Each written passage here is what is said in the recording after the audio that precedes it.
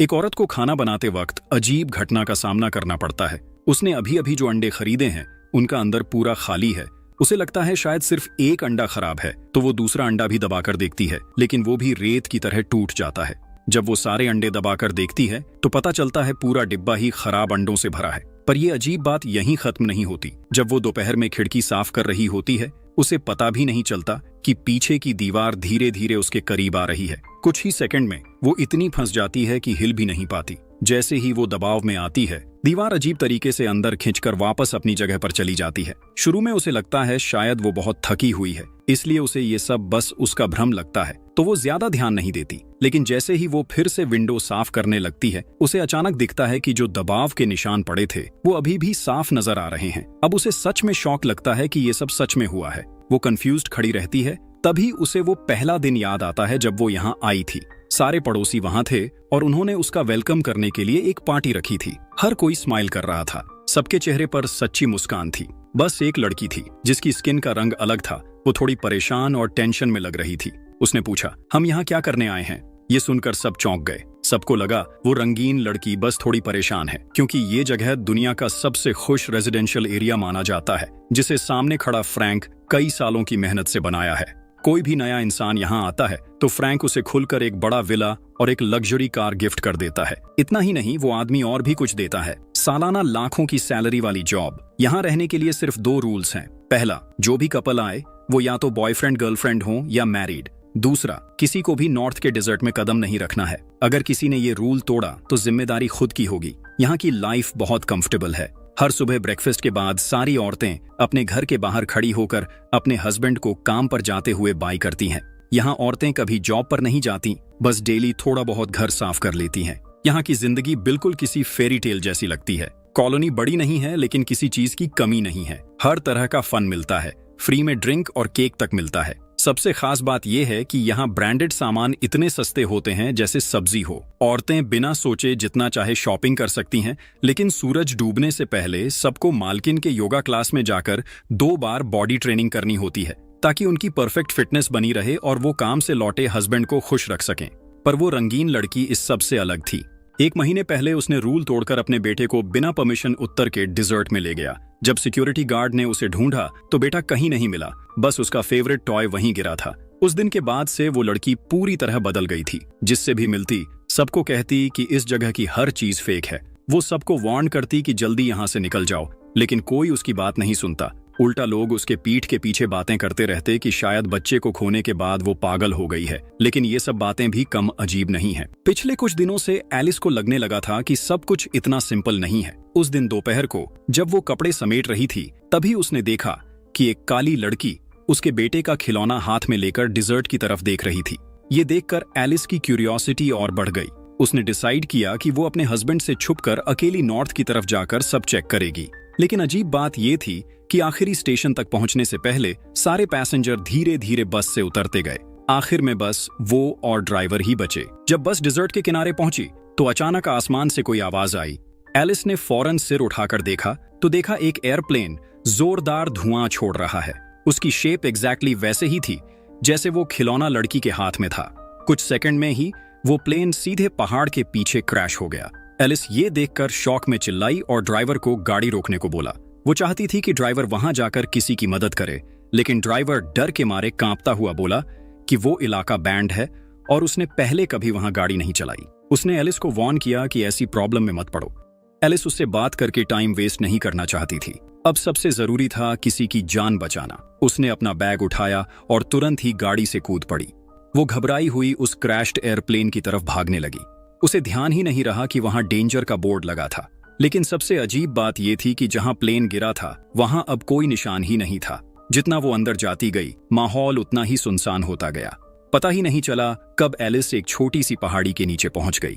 पहाड़ी के ऊपर एक गोल सा अजीब ढांचा था जो बिल्कुल भी यहाँ का नहीं लग रहा था। शायद यही वो जगह थी जहाँ लोग काम करने आते हैं। उसने डिसाइड किया कि वो वहीं जाकर हेल्प मांगेगी। वो बड़ी मुश्किल से ऊपर चढ़कर वहां पहुंची तो उसके सामने बस एक सिंपल सा आधा चांद जैसा हट था। आसपास कोई भी इंसान नहीं था। ये अजीब स्ट्रक्चर बिल्कुल भी किसी कंपनी के ऑफिस जैसा नहीं लग रहा था। इससे एलिस और भी ज्यादा डर गई। उसे कुछ समझ नहीं आ रहा था कि ये लोग यहाँ आखिर करते क्या हैं। उसने देखा कि सामने का ग्लास एक डोर जैसा लग रहा था। धीरे धीरे उसने हाथ बढ़ाकर देखा कि शायद ये खुल जाए, लेकिन अगले ही सेकंड एक रेड लाइट चमकने लगी। वो तुरंत बेहोश होकर जमीन पर गिर गई। जब उसे होश आया तो रात का अंधेरा गहरा था। उसे बिल्कुल याद नहीं था कि वो घर कैसे पहुंची। तभी बाहर से आवाज आई। उसने देखा कि उसका हस्बैंड धीरे धीरे खाना बना रहा था, लेकिन वो सीधे उसकी तरफ देखने की हिम्मत नहीं कर रहा था, जैसे कुछ छुपा रहा हो। एलिस ने उसके सवाल काटते हुए सीधा पूछा कि वो घर कैसे आई।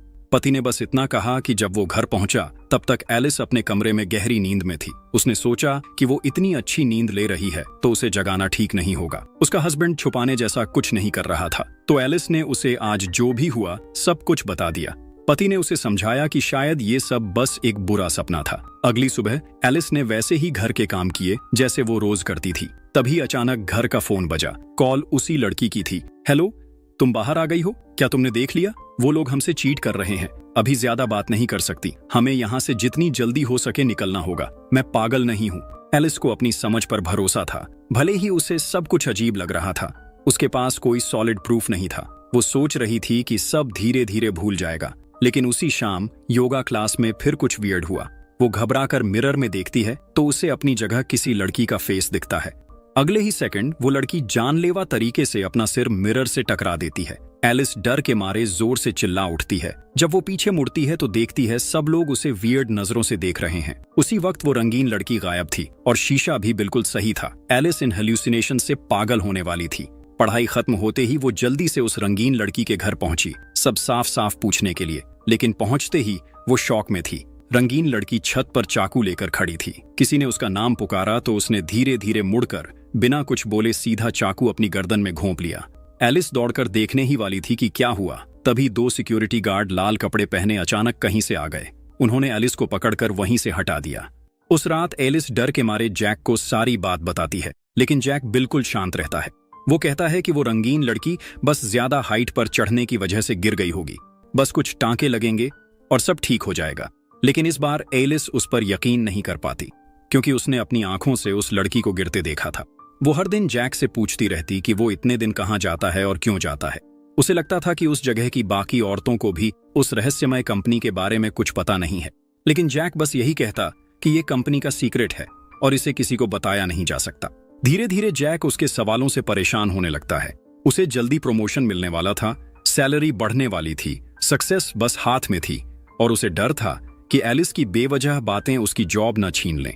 आमतौर पर दोनों एक दूसरे से बहुत प्यार करते थे, लेकिन पहली बार उनकी इतनी बड़ी लड़ाई हुई थी। उसी रात एलिस को एक डरावना सपना आता है। वो खुद को गहरे समुद्र में गिरते हुए देखती है, जैसे वो पूरी तरह डूब रही हो।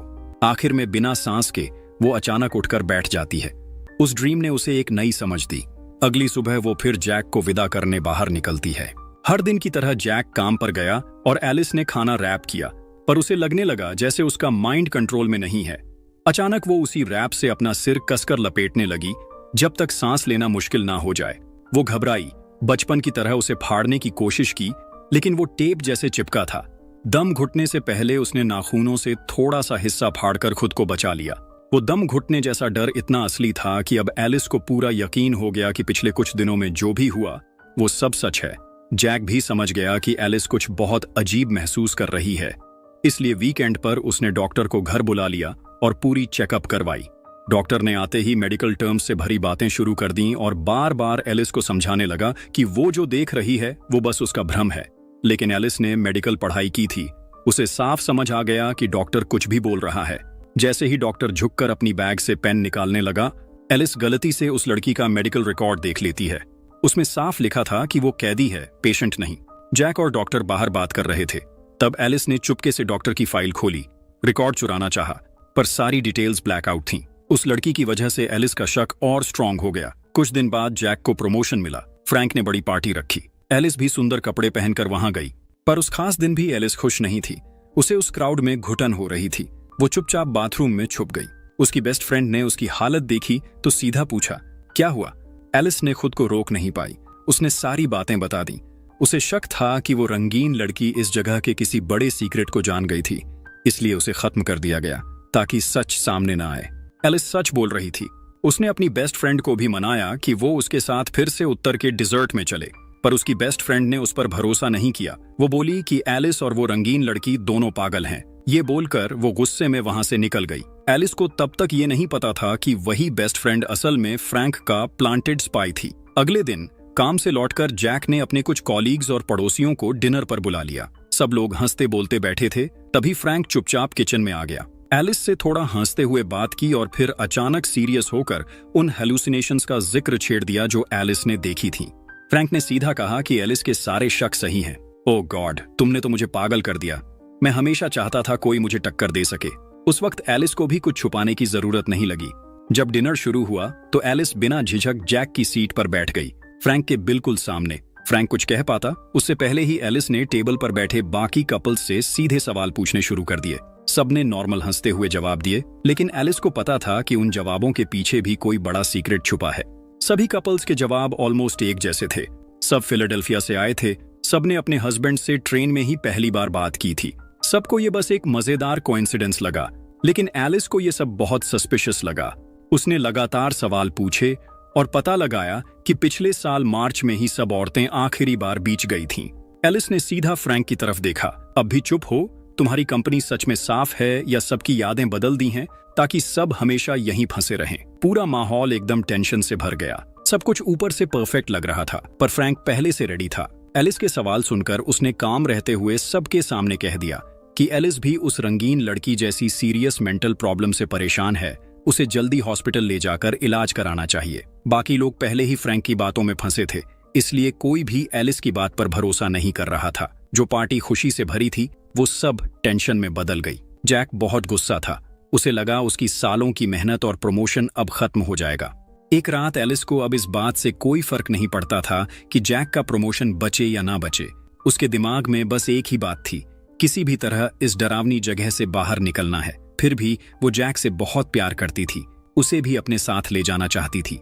पहले जैक ने मना कर दिया, लेकिन जब उसने एलिस को पूरी तरह टूटा देखा तो उसका दिल पिघल गया और वो मान गया। लेकिन जब दोनों ने बैग्स पैक करके कार में बैठने की कोशिश की, जैक ने स्टीयरिंग व्हील पकड़ा जरूर, पर कार स्टार्ट करने से मना करता रहा और बस सॉरी बोलता रहा। उसी वक्त 2 सिक्योरिटी गार्ड्स आ गए और दोनों को जबरदस्ती खींचने लगे। एलिस को कार से उतरते ही सब समझ आ गया। जैक ने करियर को अपनी वाइफ से ज्यादा जरूरी मान लिया था। सिक्योरिटी गार्ड्स उसे हॉस्पिटल ले गए ताकि उसकी सारी यादें हमेशा के लिए मिटा दी जाएं। सर्जरी शुरू होने ही वाली थी कि एलिस को अचानक इलेक्ट्रिक शॉक लगा और उसकी पुरानी मेमोरीज एक झटके में वापस आ गईं। उसे याद आया कि वो कभी एक टॉप सर्जन थी जिसकी सैलरी सबको चौंका देती थी और जैक बस दिन भर घर में गेम खेलता रहता था। इस सच्चाई ने एलिस को अंदर से तोड़ दिया और अब उसे जैक से नफरत होने लगी। एलिस को अब सच पता चल चुका था। उसका पति वो आदमी था जो असली जिंदगी में हर चीज पर कंट्रोल चाहता था। असली दुनिया में वो फेल था, लेकिन इंटरनेट पर उसे एक ओएसिस कम्युनिटी की एड मिली। उसने बिना टाइम वेस्ट किए रजिस्टर कर दिया। वो कम्युनिटी एक वर्चुअल दुनिया थी, बिल्कुल असली जैसी, जहां पैसे देकर कोई भी खुद को सक्सेसफुल दिखा सकता था। वहां वो डेली सुपरकार चलाता, लग्जरी विला में रहता और सबसे बड़ी बात, उसकी वाइफ हमेशा प्यार से बिहेव करती। ऐसी परफेक्ट लाइफ ने बहुत से लूजर्स को अपनी तरफ खींच लिया। असल जिंदगी में वो मर्द रोज कोई काम नहीं करता, वो बस ऑफिस बिल्डिंग वाली पहाड़ी पर चढ़ जाता ताकि सिस्टम से बाहर आ सके। वहां से वो असली दुनिया में जागता, बीमार वाइफ को पानी और खाना देता ताकि वो मर न जाए। फिर रात को वापस वर्चुअल सिस्टम में लॉग इन हो जाता और दिखाता कि वो दिन भर मेहनत करके लौटा है। एलिस अभी भी पूरी तरह नहीं जानती थी कि जैक असल में कौन है। भले ही उसकी यादें वापस आई थीं, लेकिन वो बस एक पल के लिए ही था। ऑपरेशन के बाद एलिस फिर से सब कुछ भूल जाती है। उसका माइंड फिर से वैसे ही रिसेट हो जाता है जैसे कोई नया फोन। अब वो उसी नकली जिंदगी में वापस है जो जैक ने उसके लिए प्लान की थी। रोज सुबह वो जैक को काम पर जाते हुए देखती है, फिर घर साफ करती है, वाइन पीती है और अमीर वाइफ की तरह आराम से रहती है।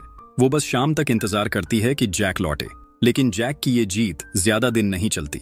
एक दिन जैक अपनी असली दुनिया का फेवरेट सॉन्ग गुनगुनाने लगता है। तभी एलिस को कुछ बहुत अजीब महसूस होता है। उस गाने की धुन सुनते ही एलिस के दिमाग में दबे सारे पुराने मेमोरी फ्लैश होने लगते हैं। पुरानी फोटोज, पुराने मोमेंट्स, सब एक एक करके सामने आने लगते हैं। वो सच जिसे एलिस कभी मान ही नहीं पाई थी कि जैक ने उसे इस नकली दुनिया में फंसा रखा है। लेकिन जैक को कोई गिल्ट नहीं था, उसे लगता था वो सही कर रहा है। एलिस गुस्से में उसके सामने खड़ी हो जाती है। तुम दिन भर काम की बातें करते हो, मुझे मेरा काम पसंद था, मैं खुश थी, अब तुमने सब छीन लिया। ये मेरी जिंदगी है, इसे अपनी मर्जी से कंट्रोल मत करो। जैक चिल्लाता है, मैंने तुम्हें परफेक्ट लाइफ दी है, सब कुछ दिया है। मुझे रोज बाहर जाकर पैसे कमाने पड़ते हैं ताकि ये दुनिया चले। तुम्हें बस यहाँ रहना है, खुश रहना है। लेकिन एलिस अब पूरी उम्मीद खो चुकी थी। जैक फिर भी सब संभालना चाहता था। वो बेबस होकर उसके सामने घुटनों पर बैठ गया, लेकिन एलिस को पता चल चुका था ये सब बस एक बड़ा झूठ है। अब वो खुद को और ज्यादा फंसने नहीं दे सकती थी। जैक ने उसे कसकर पकड़ लिया, उसे छोड़ने को तैयार नहीं था।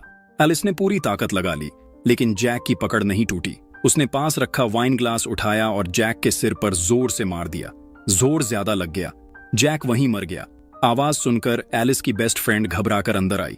उसने एलिस को संभाला, जल्दी से लाश को चादर से ढका, फिर बोली, जल्दी करो, ऊपर पहाड़ी पर जाओ, सिस्टम से बाहर निकलो। अगर यहाँ कोई मरता है तो असली दुनिया में भी मर जाता है, और अगर कोई ग्राहक मरा तो फ्रैंक तुम्हें पकड़ने से पीछे नहीं हटेगा। एलिस सब कुछ जान चुकी थी। अब वो इस नकली दुनिया की बेरहमी से इतनी थक चुकी थी कि उसने यहां से निकलने का फैसला कर लिया। लेकिन उसके पति की असली पहचान से पूरा सिस्टम अलर्ट हो गया। फ्रैंक ने तुरंत बड़ी सिक्योरिटी टीम भेज दी एलिस को रोकने के लिए। उसकी सबसे भरोसेमंद दोस्त ने उसे बार बार कहा, भागो, और एलिस खून से लथपथ होकर घर से बाहर निकली। जैसे जैसे उसकी मेमोरीज वापस आने लगीं, वर्चुअल दुनिया भी गड़बड़ाने लगी। बाकी सब आदमी डर गए। सबको लगने लगा कुछ बहुत गलत हो रहा है। एलिस ने अपने पति की कार उठाई और वहां से निकल पड़ी। लेकिन तभी उसके पति का सबसे करीबी दोस्त उसे रोकने के लिए सामने कूद पड़ा। अच्छा हुआ उसकी दोस्त सही वक्त पर पहुंच गई। उसने एलिस को खींचकर कार में बैठा दिया। एलिस को लगा अब वो बच जाएगी, लेकिन पीछे से सिक्योरिटी गार्ड्स भी तेजी से आ गए। वो सब गुस्से में उसे गालियां दे रहे थे। उन्हें लगता था एलिस ने उनकी परफेक्ट जिंदगी बर्बाद कर दी। एलिस ने पूरी ताकत से कार को स्पीड दी, नॉर्थ के डिजर्ट की तरफ भागी। दोनों तरफ से सिक्योरिटी की गाड़ियां उसे जकड़ने ही वाली थीं, और सामने कंपनी का मेन गेट अब बस कुछ कदम दूर था। डॉक्टर की कार भी पूरी स्पीड में आकर एलिस को चारों तरफ से घेर चुकी थी। अब कोई रास्ता नहीं बचा था।